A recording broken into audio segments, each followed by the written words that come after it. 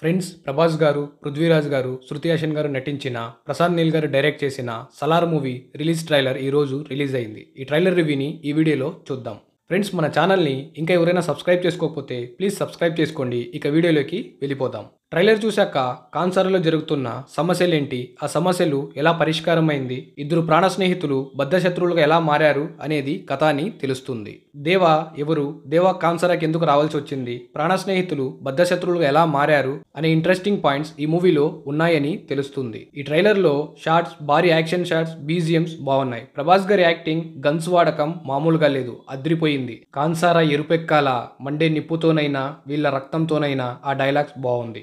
ఓవరాల్గా ఈ ట్రైలర్ ఎలా ఉందంటే బాగుంది, నాకు నచ్చింది. ఈ మూవీని థియేటర్లో చూడడానికి వెయిట్ చేస్తున్నా. 'సలార్' మూవీ ఈ మంత్ 22న థియేటర్స్లోకి రాబోతుంది. ఫ్రెండ్స్ ఈ వీడియో మీకు నచ్చితే లైక్ చేయండి. నా ఎక్స్ప్లెనేషన్ మీకు ఎలా అనిపించిందో కమెంట్ చేయండి. ప్లీజ్ సబ్స్క్రైబ్ చేయడం మాత్రం మర్చిపోకండి. Thank you friends. నెక్స్ట్ వీడియోలో మళ్ళీ కలుద్దాం.